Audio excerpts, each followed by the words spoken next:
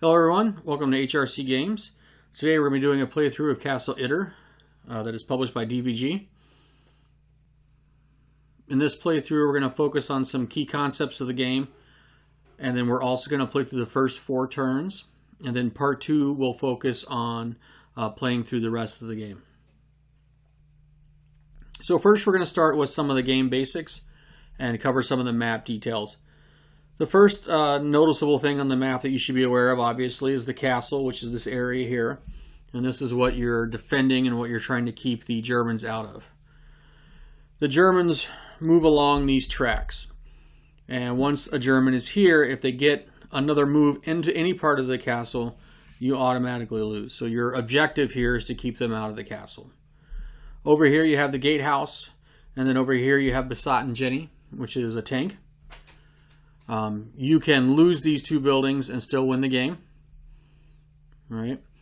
And then the Germans come in on these different markers here. For game setup, every one of these numbers has a rifleman put on it. And then they'll move along the tracks to try to get into the castle. Each of these right here are outlined in white, are called areas. Right, so the castle itself has 1, 2, 3, 4 areas. And then we got the 5th area here and the 6th area there, and the Besotten Jenny areas. Now, as I said before, you set up the game by having all of the entry areas have riflemen on them. All of your buildings start at strength of 6. So that's what these green markers are denoting here. So the first 4 turns, you are limited to deploying your units onto the map as the defender. We'll get to that in a little bit. Also, the French prisoners that are in the cellar cannot move until all of your forces are on board. So we're just going to work through the first couple of turns here to give you an idea of what happens. So the second way that I forgot to mention that you can win this game is, well, first of all, by not having, you can lose the game immediately by having them into the castle. And you win the game by keeping them out of the castle until this deck is gone through. This deck is what has, which is what the Germans use to determine what they do during each of their turns. So if by the end of the game you turn over the last card and there's still no Germans in there, then you win. There are also some victory conditions in the rule book that'll tell you how much you won. If if it's an overwhelming victory or not a very overwhelming victory, we'll cover those as we get a little bit closer to that part. Another couple of interesting points of the map here is this suppression area here. This is where you put your suppression tokens, and then you can use them to prevent more Germans from coming on. Each of these areas here is called a defense position. You'll notice they have colors on them. Those colors correspond to line of sight. So a unit in this 2-second purple box here can see anything and fire on anything in the purple. If they're in red, then they can see the red and fire on those, and so forth and so on. Green can fire on the green and any of the green dots. So if a square has 2 colors, it can see multiple colors for line of sight reasons and for fire reasons. So this number 3 circle here over in the keep has a green and a red, which means that it can fire on any of the green circles or any of the red circles as well. All right, so let's begin the game. We're good to go. I have all of my riflemen set up. I have shuffled the deck according to the instructions. So the deck is organized in a certain manner. Each card has a 1, a 2, a 3, or a 4, and that indicates where it goes in the deck. So you keep all the 1s together, shuffle them, keep all the 2s together, shuffle them, so forth and so on until you get to the 4th one, and then you stack them on top of each other. So all the cards with a 1 go together on top of the deck. Then it goes to 2, and we're probably into the 3s, and then at the bottom of the deck goes the 4s. So you want to shuffle them by group and then stack them so that the 1s, the 2s, and the 3s go in order like that. Okay, so for the first turn, I'm limited to getting some of my guys onto the map, and then they can take an action. All right, so for the first turn, I can put out 5 guys. First one I'm going to deploy is Pollock. I think I will go ahead and put him in the 6th area here. I chose that because I think he's a pretty powerful unit. He's got 2 firing and 3 suppression. You can tell that here with the 2 and the 3. So the 2 is the number of dice you get to roll in the attack, and the 3 is the number of suppression tokens that you can put into the suppression box. So he's pretty powerful, so I put him over here on the 6 so he can cover both purple and the red. And then I'm going to put another American unit, Worsham, to cover their side of the map. So we got a unit on the 5. They can see the green and the red. And I think I'm going to go ahead and put a tank person. You know that they're a tanker because they've got the T there. And I think we'll go ahead and put them in the M2 HB slot. Now, when you put a tanker here, somebody with a T, and they've got a T here, or a tank crew, that means that they can use these stats instead of the ones that's on their card, on the chit. So the chit here says it's a 1-2, so it's got 1 attack power and 2 suppression. But the board here says if you have a tanker, they get to roll 2 dice for their attacks, and they can put out 4 suppressions. So that becomes pretty powerful. If you put a non-tank crew person there, then they can't do that. So put them there. So that's 3. And then we will go ahead and put an officer over here to cover this entry here. Schobletschmidt here, I'm not sure if I'm pronouncing that right, is an officer. What an officer can do is it prevents other units with the low morale, or the M, that's what this stands for here, from that taking effect into the game. So I'm going to go ahead and put a rifleman here, and he has an M. What that means is if there's a casualty in that area and the person with an M is there, they are also treated as a casualty. So really, if you don't have an officer which counteracts that effect in the same location or the same area here, then you're going to take 2 casualties instead of just 1. So it's kind of important to remember to put them with the officers whenever possible. All right, so that's my 5 people I can deploy this turn. Now they can each take an action as well. So I'm going to use the action count tokens here. These just denote that an action is taken. It's kind of like a way for you just to keep track of what you've done. Some people use them, some people don't.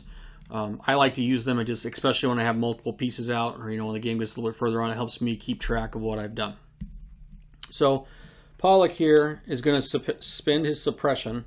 So he's going to get 3 suppression tokens. So I take those from over here, and I can put those suppression tokens on either red or purple in the suppression box. And I'm just going to put 3 in the purple. 3 in the purple and 1 in the red. And then that will exhaust that unit. Alright, we can do the same thing with the rifleman. I'm going to use his suppression. What I'm trying to do here is build up the number of suppression tokens so that when people start flooding the board, I'll have the ability to try to keep them off of the map. So that exhausts him because it's an action. We'll do the same with Worsham. We'll put a suppression token out. Now I just put 1 on green through the rifleman. I think I'll go ahead and put another one on red because he's got 1 for that. And we will also do the same with the tanker over here, Rushford. Remember, he gets 4. And we'll put those on the black.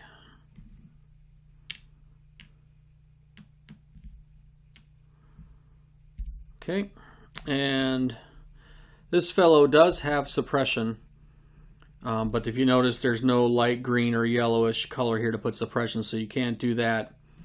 And there's no one on these light yellow or greenish kinds of dots for him to fire at, so he's not going to do anything. So I'm going to take these back off because that's the end of the turn, because I'm out of things that I can do. Alright, so now it's the German turn 1. We'll flip over the first card. It's an attack location. So the first thing we have to do is roll to determine where it gets attacked. I'm rolling off camera and I'll put the results here.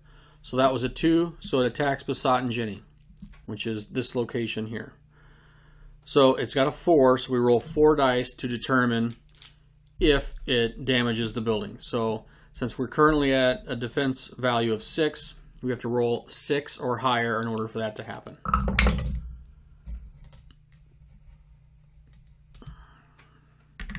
We did get a 6, which is not good, so it takes some damage, so we move it to a 5.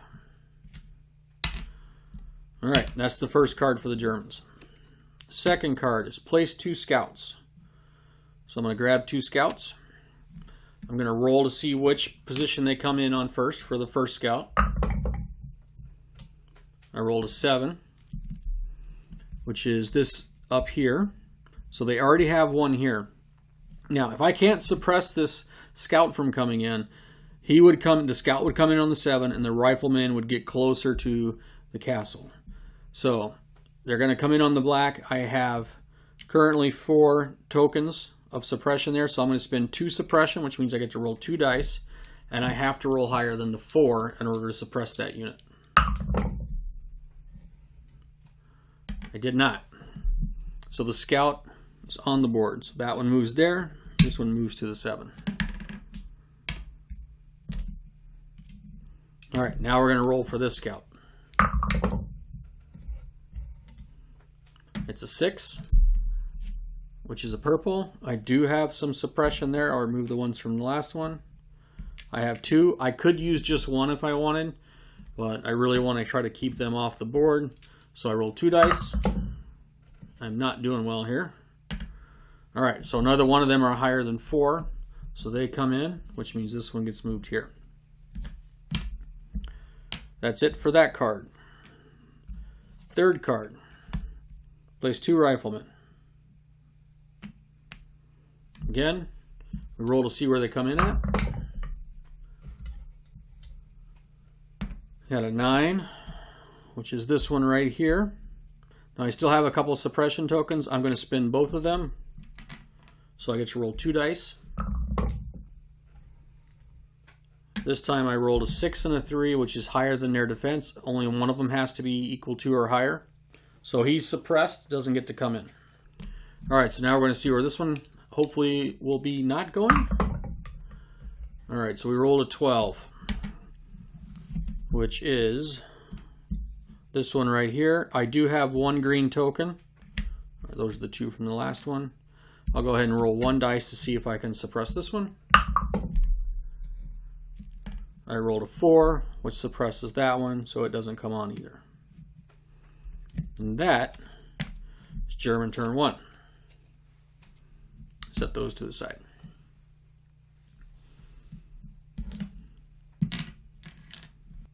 All right, the defender turn 2. Let's see, we got to place 5 units, I think.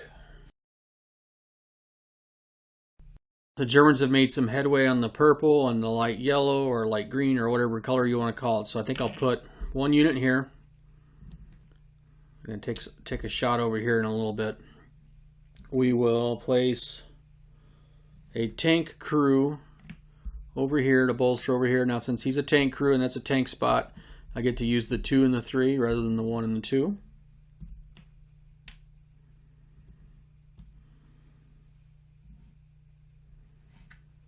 We're going to go ahead and place Schrader over here. You'll notice he has a C on his name, which means he has a special action called the command. And what that means is that during his turn, he can give up to 3 recovers to anyone in his areas. We'll do that more in the future, but that's what that C means. It allows me to flip up to 3 people over and to recover so that they're ready for the next turn.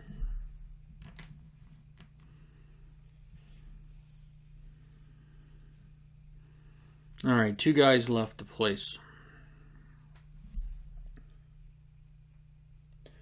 We're going to go ahead and place this unit over here on the red.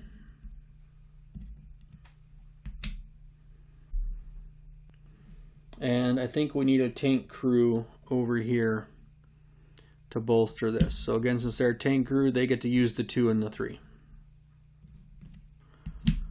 All right, now each of these guys that I just put out gets to take an action. We'll start with Schrader. I'm going to go ahead and spend his 2 suppression there, or use his 2 suppression, so we'll flip him over to exhausted. Get the suppression counters out. We'll put those on the green. Sutton is going to go ahead and try to attack this rifleman up here, so he gets to roll 1 dice, and he has to roll above a 3 to get it. All right, he rolled a 5. So this one is gone, so that's excellent. What else can we do? All right, we already have 2 suppression tokens on the red. So maybe we can afford to go ahead and take a shot rather than put suppression over here to knock them out a little bit over there. So he gets to roll 1. He's got to roll above a 3. Rolls a 6. The gamble paid off. All right, acted. We don't have any suppressions over here, so I'm going to spin some of that. So I get 3 because he's a tank crew. We'll put those in the black. 1, 2, 3. Then this fellow. He'll go ahead and attack this rifleman down here in the 10 spot. He gets to roll 2 attack dice, or 2 dice to see if he wins. He's got to roll at least 1 dice, 3 and above. And he is successful. All right. That is American turn, or American, it's not the Americans. That is the defenders' turn 2. All right, so on to the Germans. First card is an attack location. So again, we roll to decide which location is attacked. We have 5, which is the South Terrace, which is over here. So now we roll 4 dice, and since it's still at a strength of 6, they've got to get 6 or above. And we have 1 6, so that moves that down to 5. They're softening us up a little bit. All right, plays 2 scouts. See where that one goes first. Roll 2 dice to determine the location. It is a 10, which is over here, which is kind of nice that I managed to get rid of this one rifleman that was here last turn. So I could spend a suppression. I have some over here to keep him out. But since I'm in pretty good shape here and there's no one there, I'm just going to let him go and not spend my suppression on that area. So he's made it. Let's see where that scout goes. 4. Again, kind of gamble paid off over here. I do have 2 suppression tokens. It's the second card. I'll go ahead and try to suppress. So we'll spin the 2. And we rolled a 2 and a 4. So that was successful. Not today, Junior. All right. Third card. Place a machine gunner. All right, so the first thing we do is determine where he goes. It is a 4. Should place him over here next to the 4. There are a couple of things about the machine gunner. One is that they don't force other units to move. So they don't actually make anything move up the path. And there can be as many machine gunners or mortars for that matter in any one of those locations. So once they're placed, nothing else moves as far as that's concerned. And then we roll 1 dice to determine if it suppresses someone in that same color. So we're looking at red numbers now. So we roll 1 dice. So we rolled a 6. There is somebody in the 6. So now what we do is we roll 2 dice, and it needs to be higher, the 6 or higher, and if that's the case, then this unit becomes disrupted. So here's the 2 dice. So we rolled a 5 and a 1, and since the strength of the keep right now is at a 6, no effect. So we got a little bit lucky there. But the machine gunner stays in place. He is now there until I can manage to get rid of him. All right, so that's it for turn 2 for the Germans. Turn 3 for the defenders. Still placing our counters. We're looking pretty good on the red. Not terrible anywhere else. So I think we're in decent shape still. So we'll just keep putting some folks out. We'll put another tank crew here.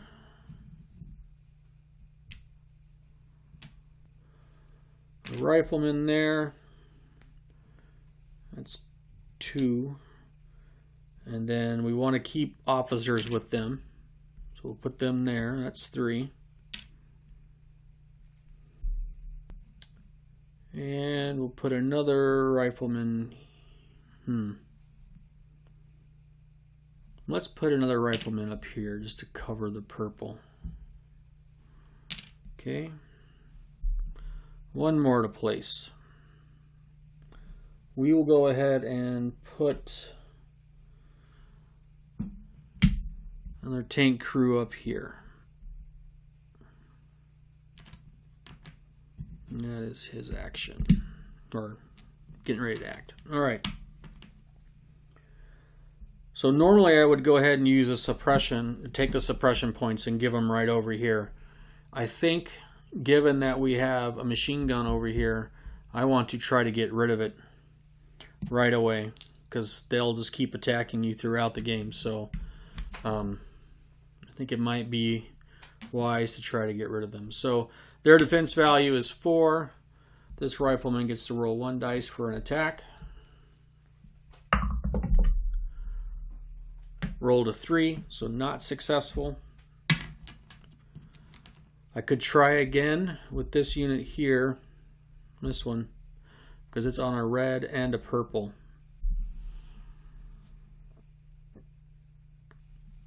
This might be a mistake. We're going to try it. So we get to roll 1 dice again. Got him. Rolled a 4. That's huge.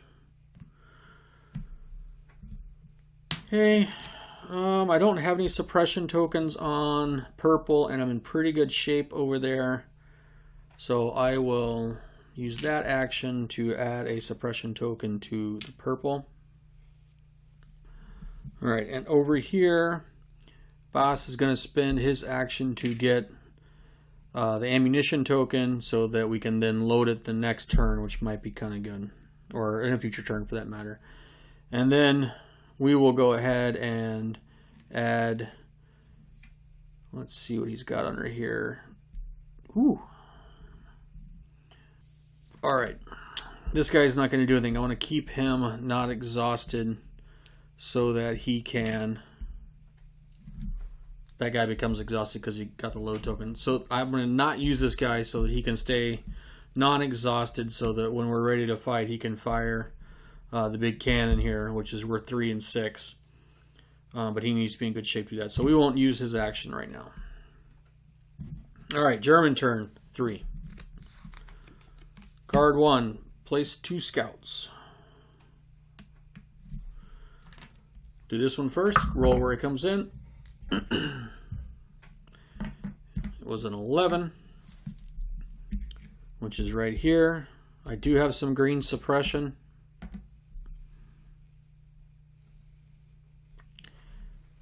And I think I will go ahead and use 2 of them, because I don't want this rifleman moving up. So we'll spend the 2 to try to get rid of him. Got to roll 4 or above. Roll to 5. Done. Now we'll roll to determine where this one goes. 8. What am I doing? It's up here. Oops. 7, 8.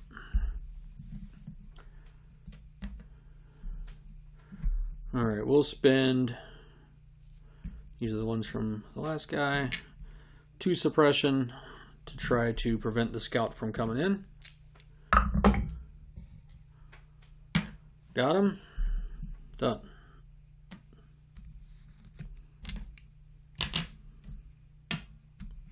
Next card. Sturm. Maybe I should have saved my suppression tokens. These guys are a lot harder to get rid of because they got 5s. See where he goes. An 11. Back down here. Shoot. Alright, I don't have any suppression tokens in green. So he's going to appear there. That moves the rifleman up, and he takes his spot. Alright. Plays 2 riflemen. Determine where this one goes. 4. Alright, I don't have any suppression tokens in the red, so he's going to succeed. This fellow, 6. Alright, I do have a suppression token. I'm going to go ahead and use it. I get to roll 1 dice because that's all I had for suppression. Got lucky, rolled a 4.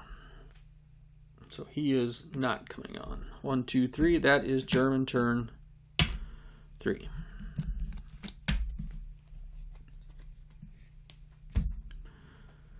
Alright, on to the defender turn 4. So I've got 5 tokens left, or chits left, which is good, because that's what I'm supposed to have. So we're going to place Gangle. He has the sacrifice ability or attribute.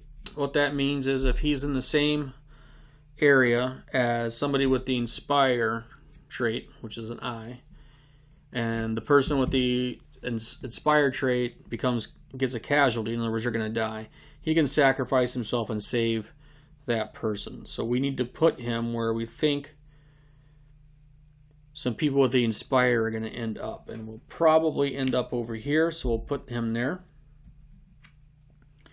We got a rifleman. Again, we want them with the O's, with the officers. We'll put him there. We have another one. He'll go there. Start marking these guys so we don't forget. Gangle.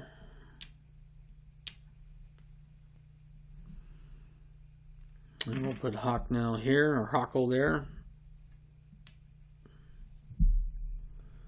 No, let's check that. Hockle's going to be better if he's up here with those fellows. Because he's an officer. We've got a couple guys with an M down here. We don't have any M's down here. And then we will put Lee, the last remaining one. Put him over here. I like him there because he can take care of somebody that's on the yellow or on the black as well, because he's on that double color there. Okay. So now each of those folks can take an action.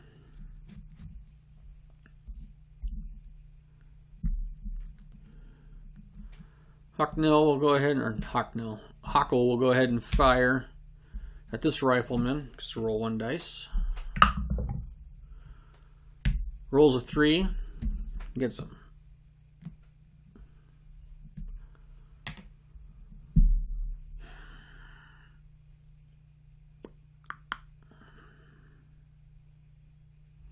Probably should have done that with this or this guy, because they can't put suppression counters down here, and this one could have, so that's a tactical mistake on my part.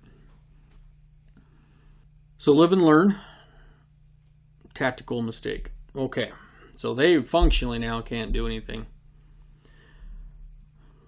However, the next turn they won't be exhausted, so that'll free them up to do some things, I suppose, which will be good.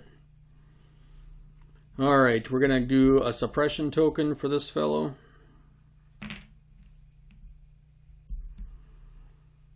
And that will go on the red.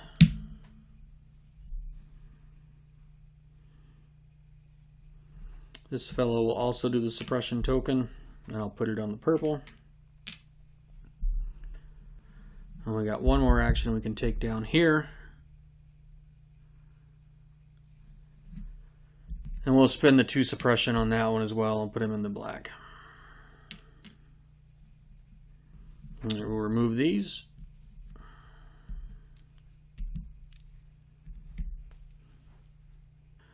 So that's the end of turn 4, which means that all of my units are out on the board. I don't have anything left. I don't have the reserves coming in yet.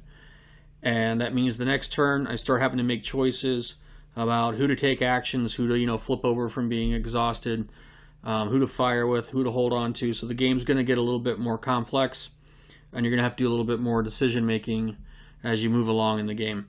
I think we're not in terrible shape right now. We had some good rolls. That certainly helped. I'm a little bit worried that these people are already this far along already. And so we'll have to see how that pans out. And I'm a little weak down here on the green area, so I might have to do some moving around to kind of shore up that part of the castle. All right, so the next one, we'll play through the rest of the game. I'm sorry for any mistakes that may be in here. I'm not a rules expert, and sometimes I miss things, especially when I'm trying to talk and explain things as well. So if you notice a mistake, feel free to leave it in the notes, and I'll make some adjustments moving forward if there's mistakes.